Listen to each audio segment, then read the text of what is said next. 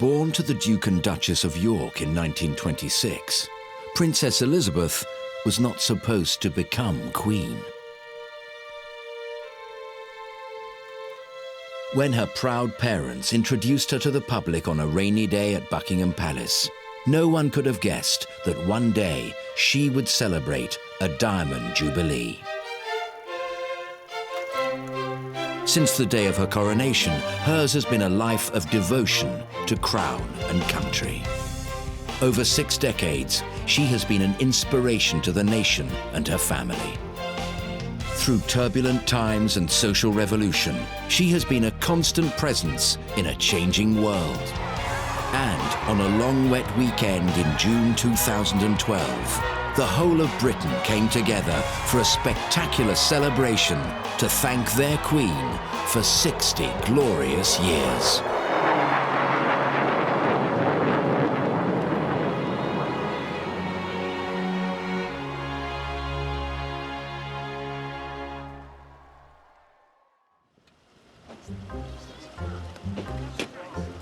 The Jubilee year began on a bright winter's morning in February. We're delighted to be here at Sandringham today at the very beginning of the Jubilee year, as Your Majesty and Your Royal Highness plant 2 very special Jubilee oaks as part of what will be the biggest, most ambitious project the Woodland Trust has ever undertaken. Hundreds of new woods were being planted, a tradition explained by the project's patron, Princess Anne. For Her Majesty's father's coronation, Queen Elizabeth the Queen Mother was patron of that particular tree planting exercise for the woods to celebrate that coronation in 1937. Well, I literally grew up with those trees, and there is something very special about that as a form of celebration. It is literally engraved on people's memories, and I'm sure these Diamond Jubilee woods will be the same.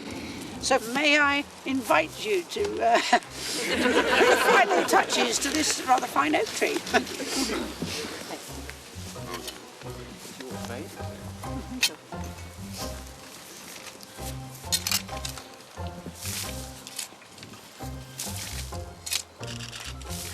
There we are.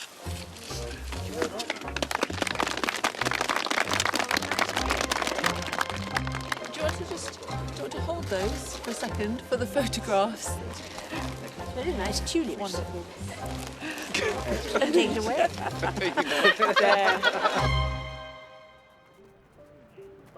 3 days later, on February the 6th, 2012, the King's Troop Royal Horse Artillery fired a traditional 41-gun salute across Hyde Park to formally mark the 60th anniversary of the Queen's accession to the throne. Princess Elizabeth was just 25 when, in 1952, her father, King George VI, passed away.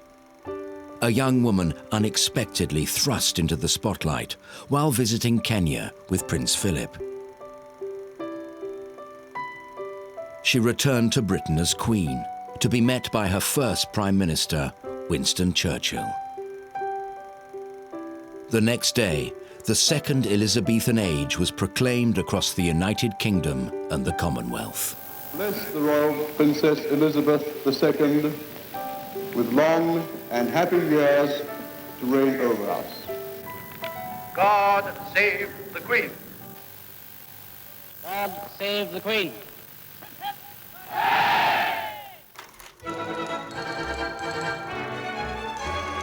Following her coronation in 1953, the Queen embarked on an epic tour of the Commonwealth.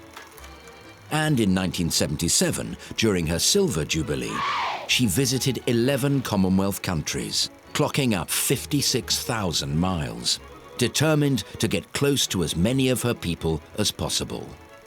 Now the mayor, he's the one that's wearing the chain. The Queen, she's got the green hat on, all right? So you won't confuse them now, will you? Hello. Hello.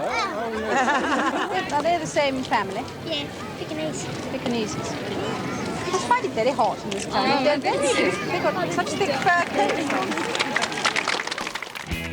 But for her Diamond Jubilee in 2012, with a look to the future, the Queen passed on the responsibility of touring the Commonwealth to her family. While Prince Charles and the Duchess of Cornwall visited Canada, Prince Harry headed for the Caribbean. In Belize, the young prince showed his popular touch by geeing up his audience. Got the noisy corner here. Bit more noise on this side, please.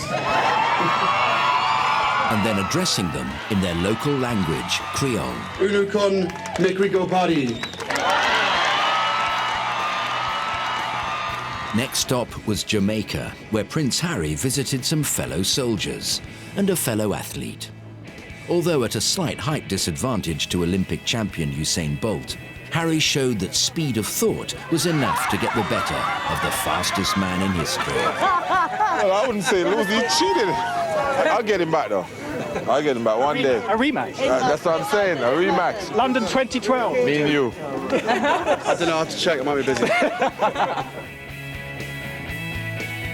Prince Harry's diplomatic mission continued in the capital, Kingston, where Jamaican Prime Minister Portia Simpson Miller was awaiting him.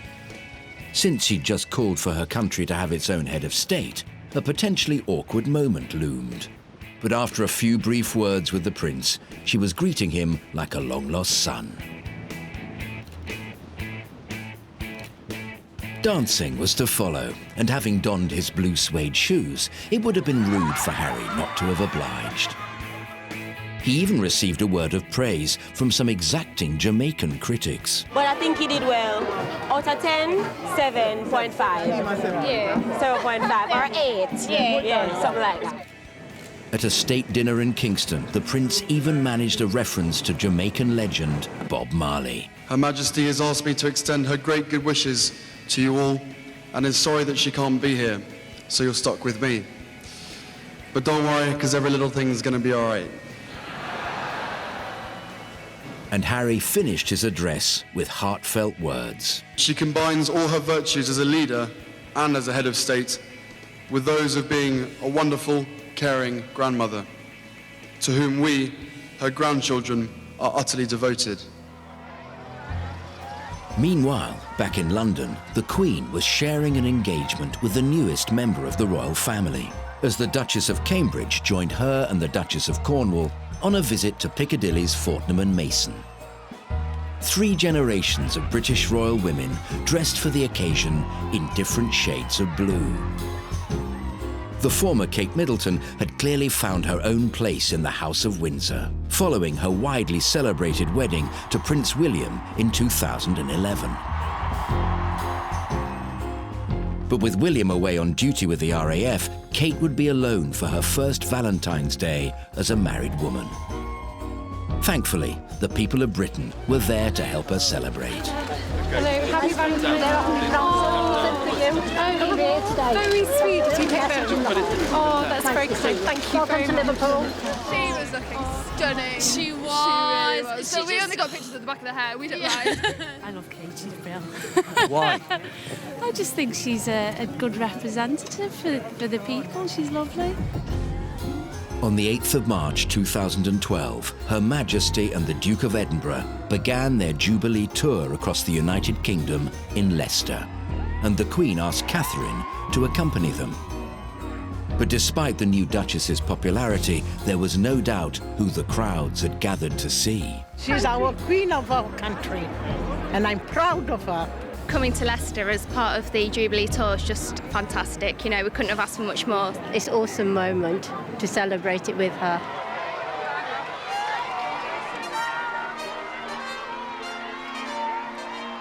On March the 20th, the Queen arrived at Westminster Hall to address both Houses of Parliament. She has advised and supported 12 Prime Ministers throughout her reign, but today chose to take a moment to pay a special tribute to her constant support. Prince Philip is, I believe, well known for declining compliments of any kind. But throughout, he has been a constant strength and guide. She also reflected on her long reign and reaffirmed her commitment to the nation. We are reminded here of our past, of the continuity of our national story, and the virtues of resilience, ingenuity, and tolerance which created it. I have been privileged to witness some of that history, and with the support of my family, rededicate myself to the service of our great country and its people, now and in the years to come.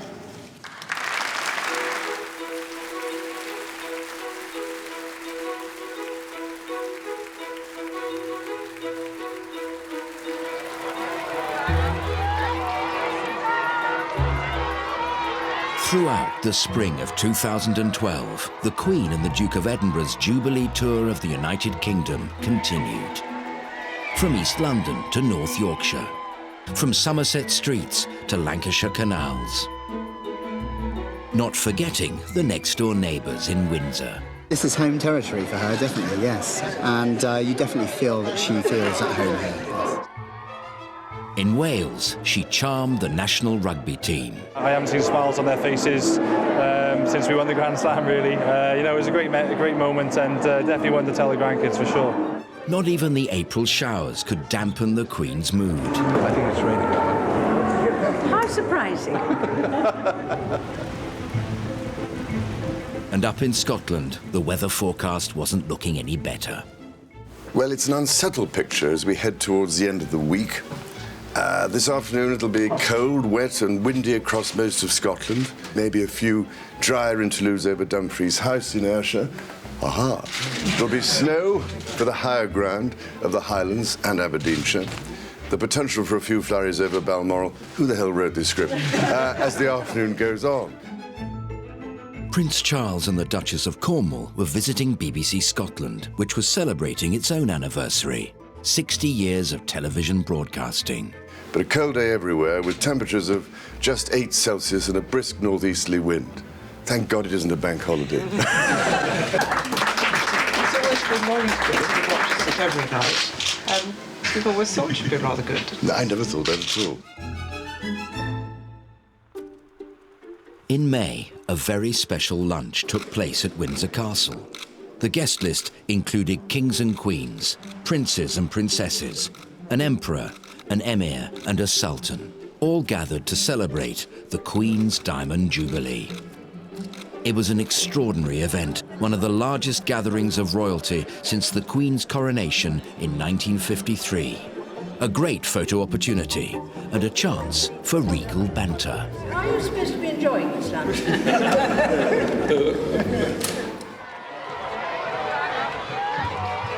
The next day, there was an even larger gathering in honour of Her Majesty, as thousands of servicemen and women from the Army, Royal Navy and RAF all paraded through the streets of Windsor.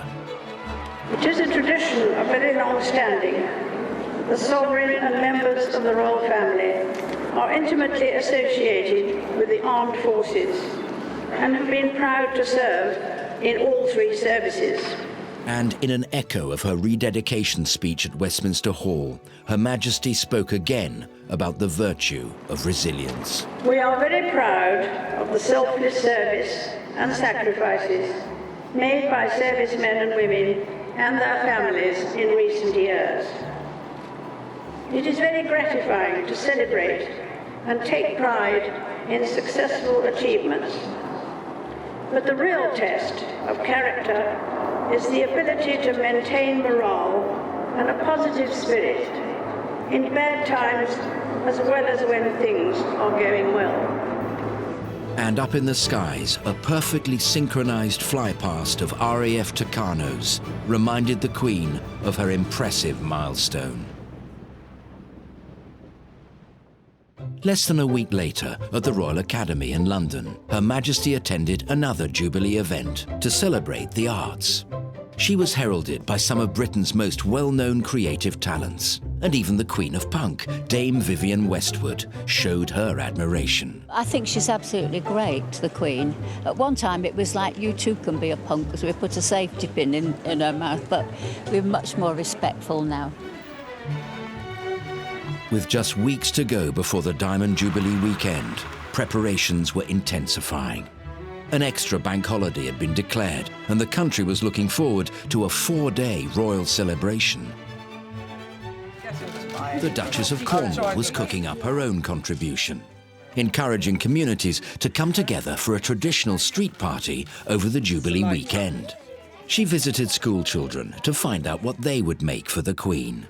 Big chocolate cake with strawberries on the top. A Victoria sponge because I'm Queen Victoria, but I might call it an Elizabeth sponge. What would you cook for the Queen yourself? What would I cook? Well, what would I cook for the Queen? Something very simple, I think. I don't dare go on about my roast chicken, but I know that's the safest thing I can cook, so... What do you think she would like to eat? I think she likes very plain, nothing too complicated. The tradition of the British street party had really taken off in 1935, when the nation celebrated King George V's Silver Jubilee. And in 1977, Britain's streets were transformed by miles of bunting as millions celebrated the Queen's own Silver Jubilee. But the Diamond Jubilee would revive an even older tradition. Preparations were underway for the Thames River pageant, which promised to be the most spectacular since the time of King Charles II, 3.5 centuries ago. Pageant master Adrian Evans was the man in charge. This is the most extraordinary river pageant. There's nothing like it. We look back to the 17th century, but really, this is a one-off, and I doubt whether it'll be repeated again for another 300 years. The vast and complex operation would see 1,000 boats sailing down the Thames, and at its centre, the Queen's own barge, the Spirit of Chartwell. That's 23.5 carat gold leaf we're using on the Royal Barge. In honour of the royal family, 8 new bells were cast, named after senior members of the House of Windsor. These were destined for the river barge, the Ursula Catherine Belfry, and would ring out to mark the approach of the flotilla. Even more spectacular would be the Gloriana, the only custom-made ship designed for the event, modelled on an exquisite replica of a 17th century row barge and destined to lead the pageant. But even before it hit the water, the Gloriana got a soaking. Nonetheless, the ship was river-worthy, and it was time to set sail for the big weekend.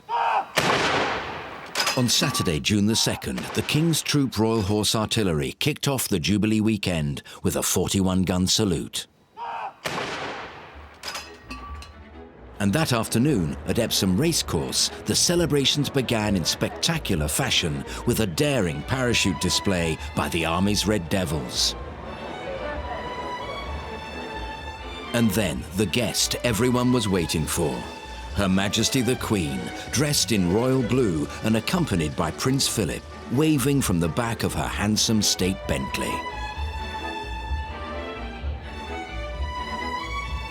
A lifelong lover and breeder of thoroughbreds, the Queen has rarely missed a derby and is said to read the Racing Post with her breakfast tea.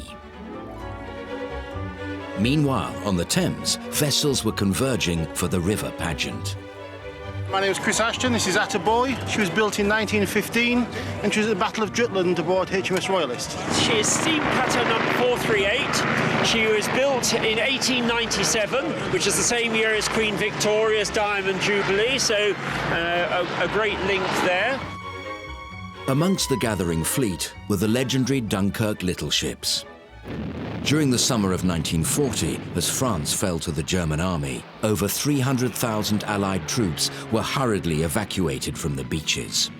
With insufficient military vessels to complete the rescue, fishing boats, ferries and pleasure craft answered the call, and the Dunkirk spirit was born. We're really pleased to take part in the pageant with 50-odd other Dunkirk little ships, and just as a tribute to Her Majesty and a celebration of the river, really.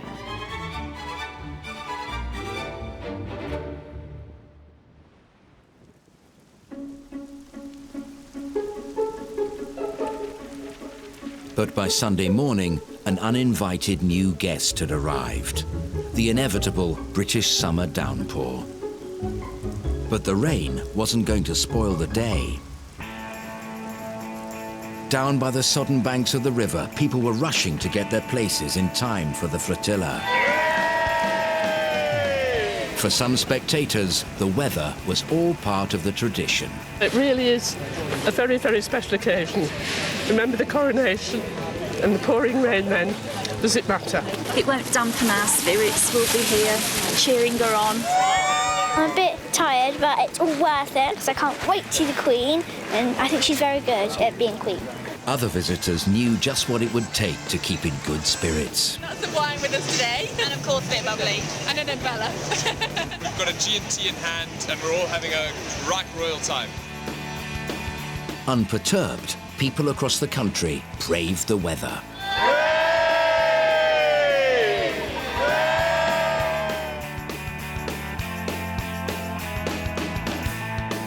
At number 10, Prime Minister David Cameron hosted a Downing Street party with the Boy Scouts, Girl Guides and Age UK. All brought him from the wet to the terracotta room.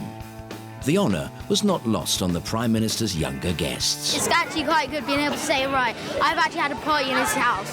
This was wicked. Yeah. Amazing. Really big privilege to go to Downing Street and see the Prime Minister. Every village, every hamlet, however small, they're having street parties, lunches, country dancing. I was having to do last night. Everyone is celebrating in their own way. It's bringing people together. Two distinguished guests celebrated in their own way by dropping in on a street party in Piccadilly. The 500 revellers were delighted to see the heir to the throne himself arrive with the Duchess of Cornwall. Camilla brought along a cake and joked that she'd stayed up all night to bake it. One partygoer even managed to sneak the prince a kiss. But it was the Duchess who was to receive special thanks. To everybody here today, a huge thank you for coming to the Piccadilly Big Jubilee lunch on this very special day and a very busy one for you. And a particular thank you to Your Royal Highness the Duchess of Cornwall, as I know that you are patron of the Big Jubilee lunch, which makes it even more special when you are here. And yes, a round of applause.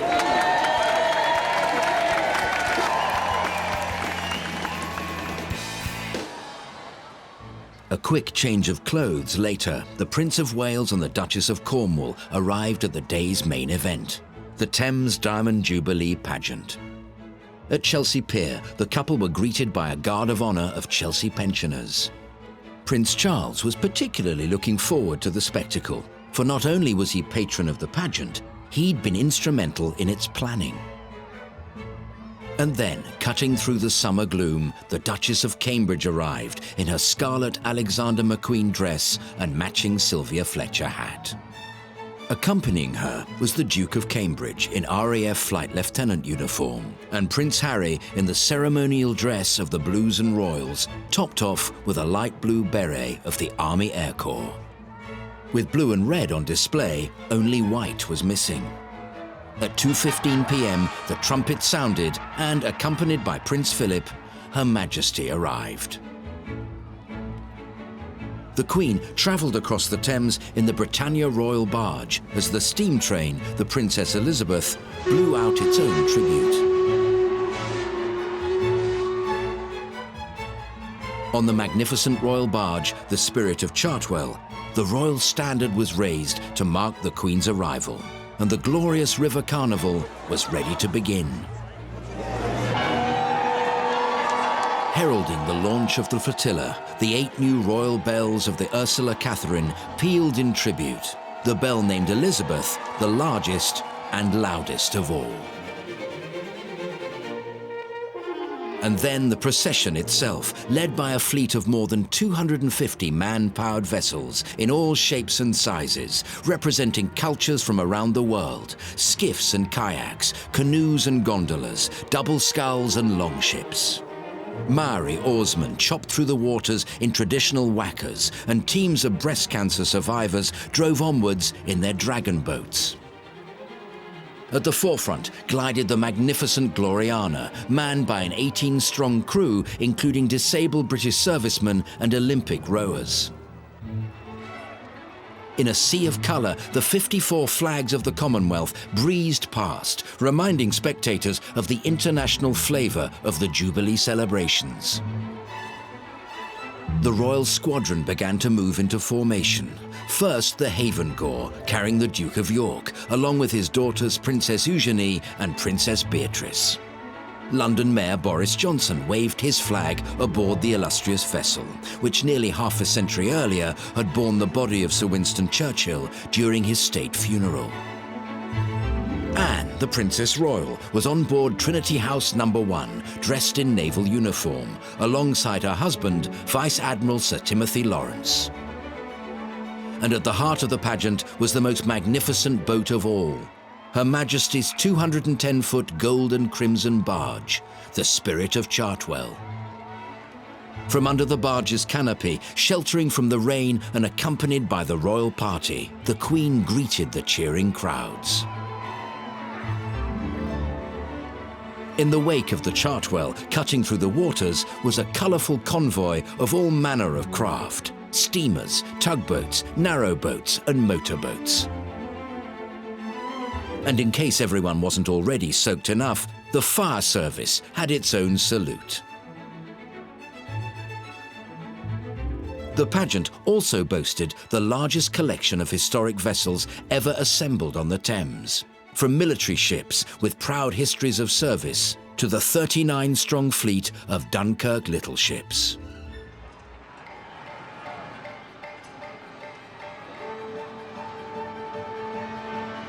As the Queen's barge passed the Royal Festival Hall, a special greeting was delivered in flag semaphore. It spelt out a heartwarming message: Happy Diamond Jubilee, Queen Elizabeth.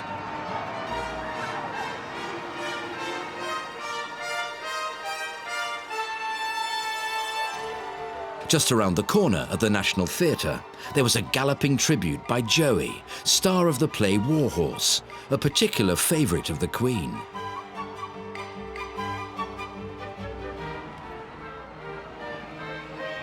And approaching Blackfriars Bridge, Queen Elizabeth was greeted by some familiar faces.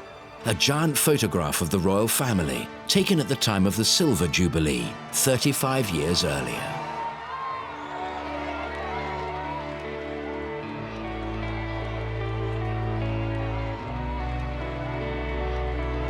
Looking out across the river as the flotilla made its progress, the British public defied the weather to enjoy the celebrations.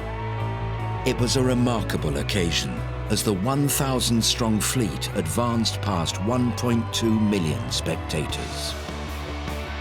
Despite the driving rain, the man-powered vessels muscled on, coming to the end of the grueling 7-mile course to cross the line at Tower Bridge. To cheers from the deck of HMS Belfast, the royal barge approached and the mighty bascules of the famous bridge were raised in full salute.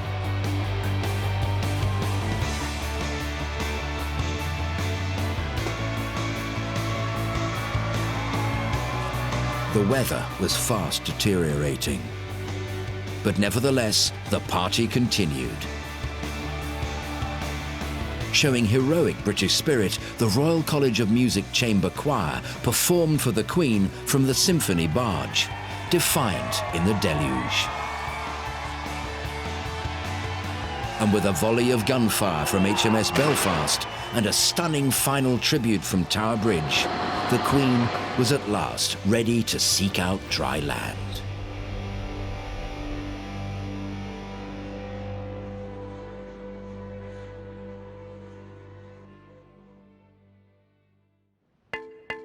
The next day, there was upsetting news from Buckingham Palace.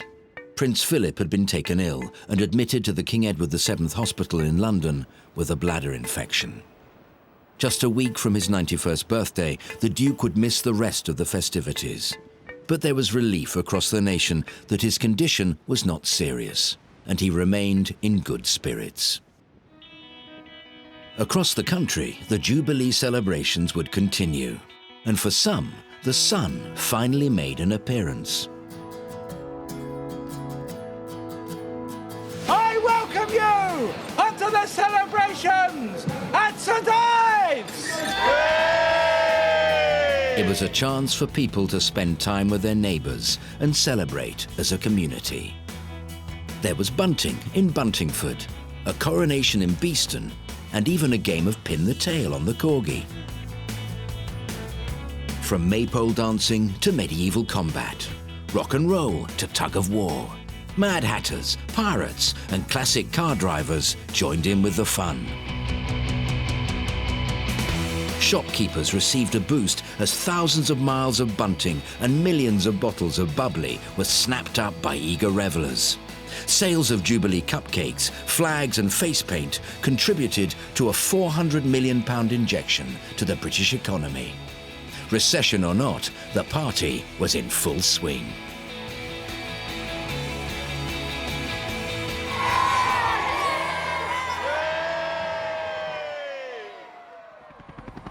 Meanwhile, preparations were underway for one of the highlights of the Diamond Jubilee weekend. A striking display of 4,200 flaming beacons across the country and the Commonwealth. A visual reminder of Britain's many links around the globe. Pyres were constructed across the United Kingdom, from the hilltops of Northern Ireland to Edinburgh Castle.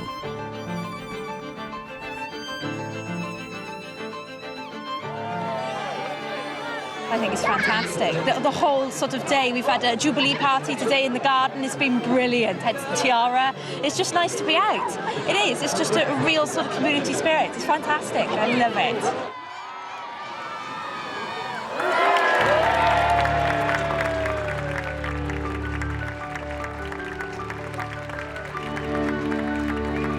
The fires were lit as dusk descended on the country.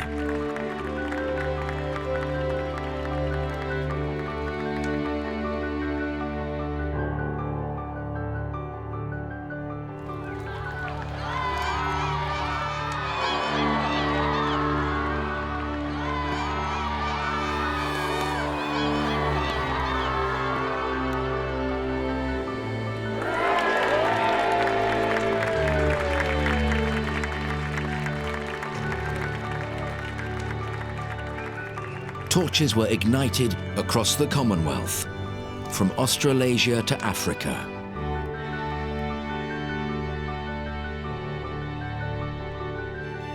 At the Kenyan Hotel, where the Queen first learnt of her accession, a special beacon was lit to mark the honour.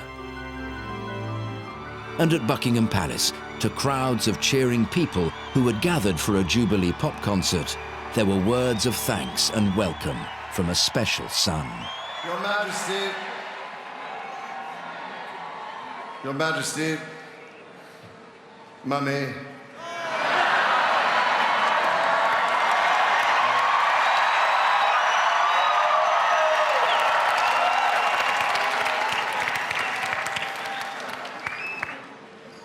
thank God the weather turned out fine.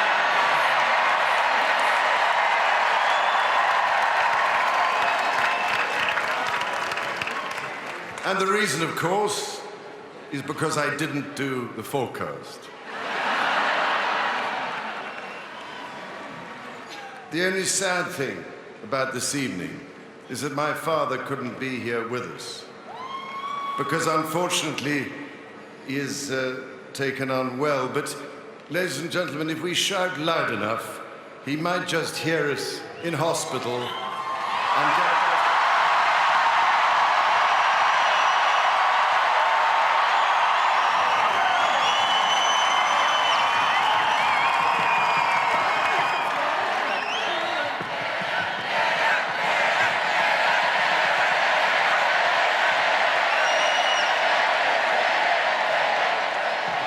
Your Majesty, a Diamond Jubilee is a unique and special event. Some of us have had the joy of celebrating 3 Jubilees with you, and I have the medals to prove it. And we are now celebrating the life and service of a very special person over the last 60 years.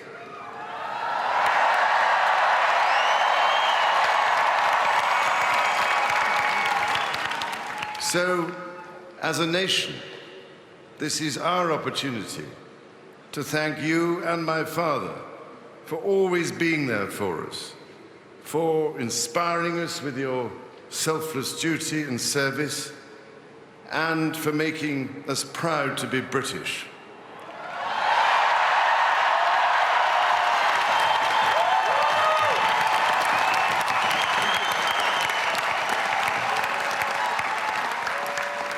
So, Your Majesty, we offer you our humble duty, and with it, 3 resounding cheers for Her Majesty the Queen.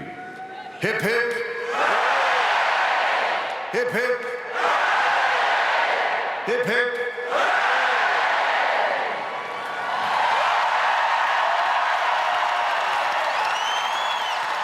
The Queen herself triggered the final torch as the evening reached its climax with a spectacular fireworks display.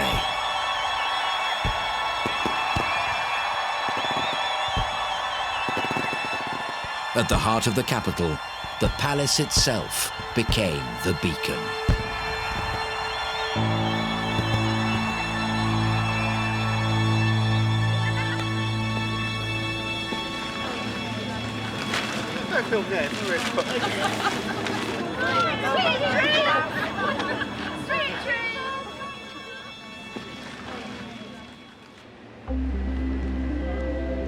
The next morning, thousands of bleary-eyed, smiling campers awoke. Kitted out in their glad rags, they were looking forward to the glorious finale of the Diamond Jubilee weekend. It's the best feeling right now. This is like what it is to be British.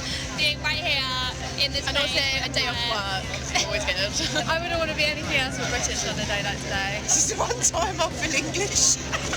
Britain is great. We're not perfect, but my God, we've got a lot to be grateful for. God save the Queen! The whole royal family, we love all of them. Definitely, especially Kate. I had to be here.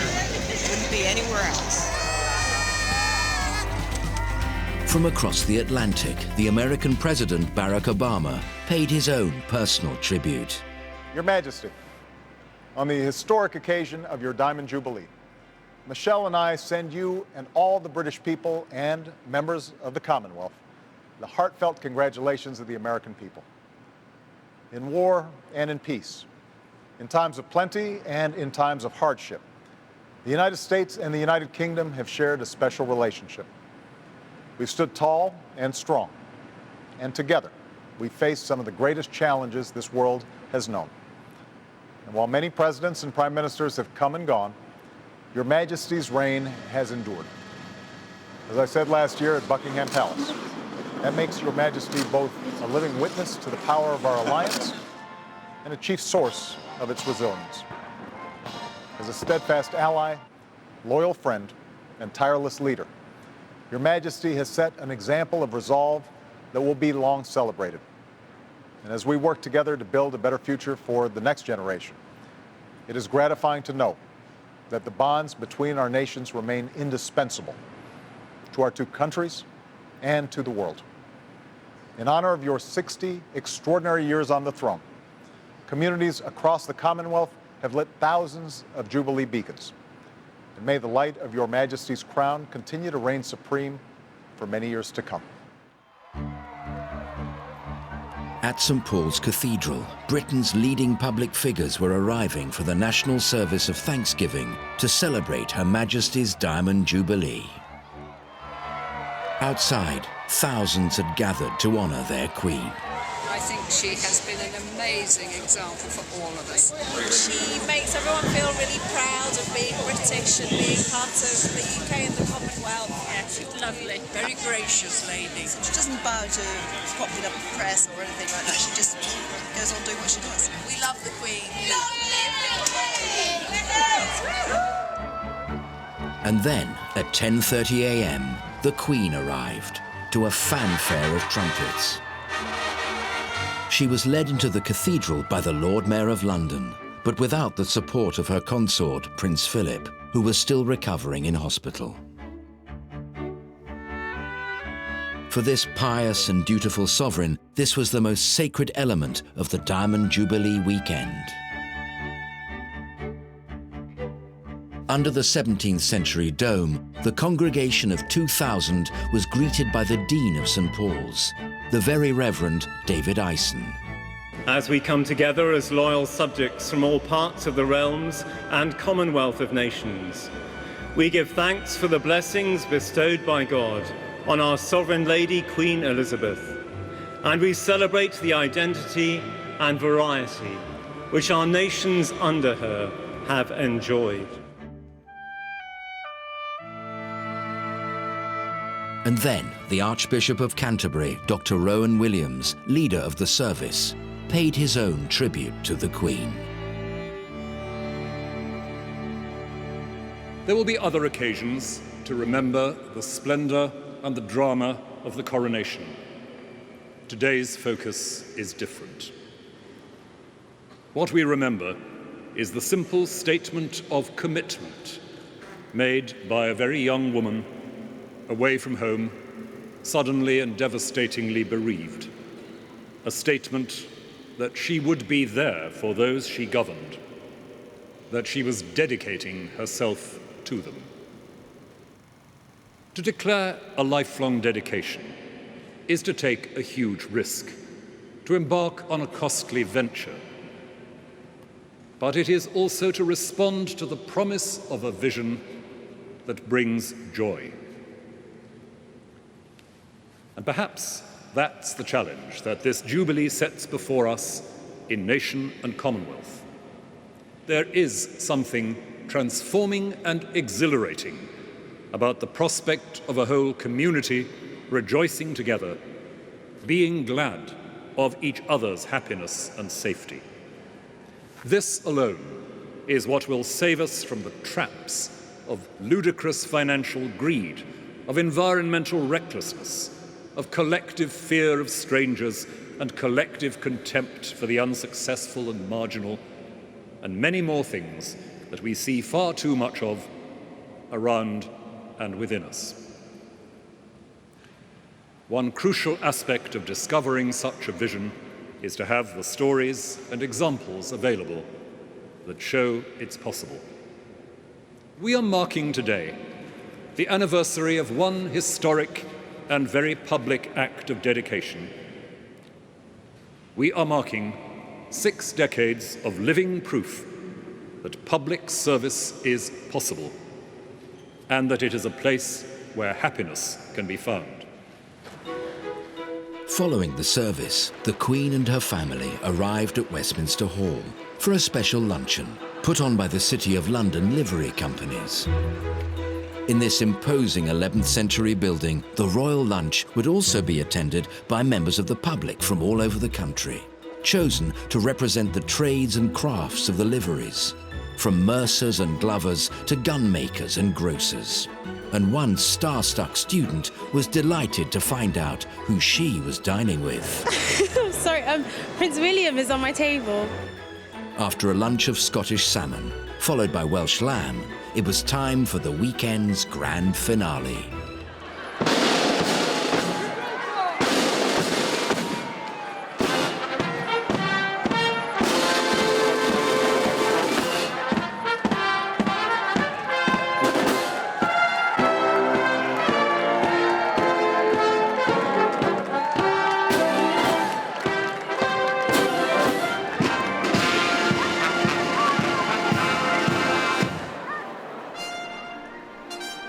One and a half million people packed the streets for the Diamond Jubilee carriage procession. The Queen rode in the open-top 1902 state landau, the same carriage used by the Duke and Duchess of Cambridge on their wedding day.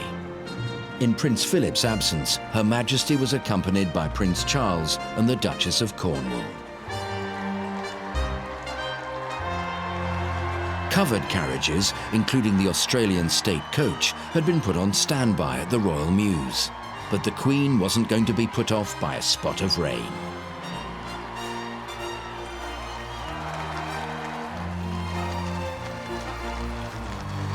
Following behind were the Duke and Duchess of Cambridge and Prince Harry.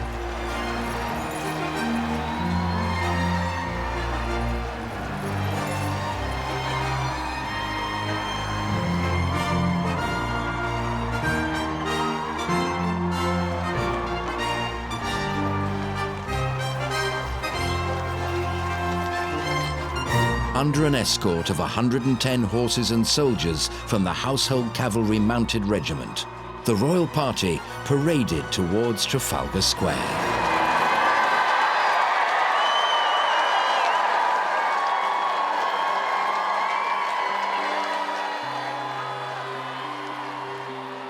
With cheers ringing out, the procession passed under Admiralty Arch, commissioned by Edward VII in memory of his mother, Queen Victoria. And on Horse Guards Parade, the King's Troop honoured Her Majesty with a 60-gun salute.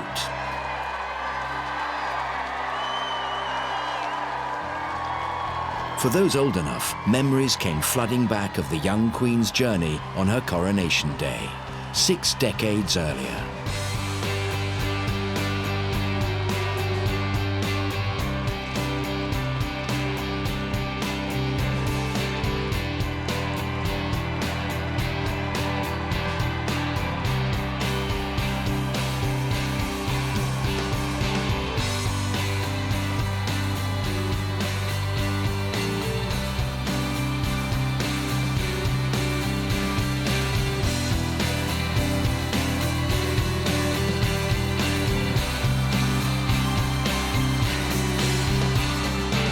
And then, the moment everyone had been waiting for, as the Queen appeared on the palace balcony.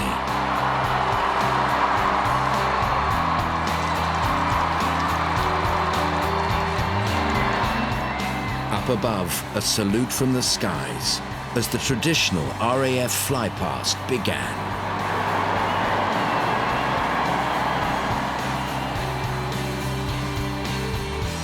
And as a reminder of Britain's wartime past, the Queen gazed up to see a Lancaster bomber, a Hurricane, and 4 Spitfires soaring majestically.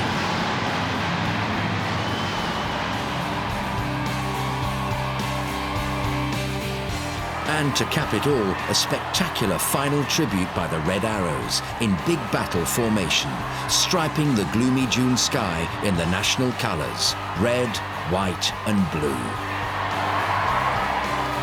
In honour of the special occasion, the Queen's Guard produced a rare feat of arms, a series of quick-fire gun salutes known as a feu de joie.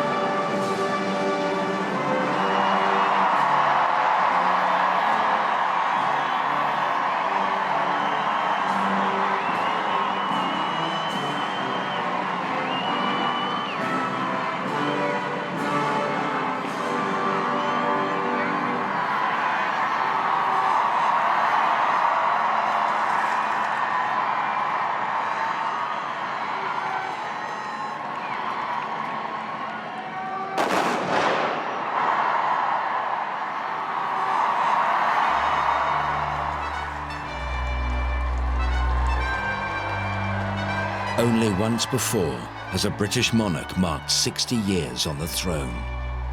Like her great-great-grandmother, Queen Victoria, Elizabeth II has reached this extraordinary landmark.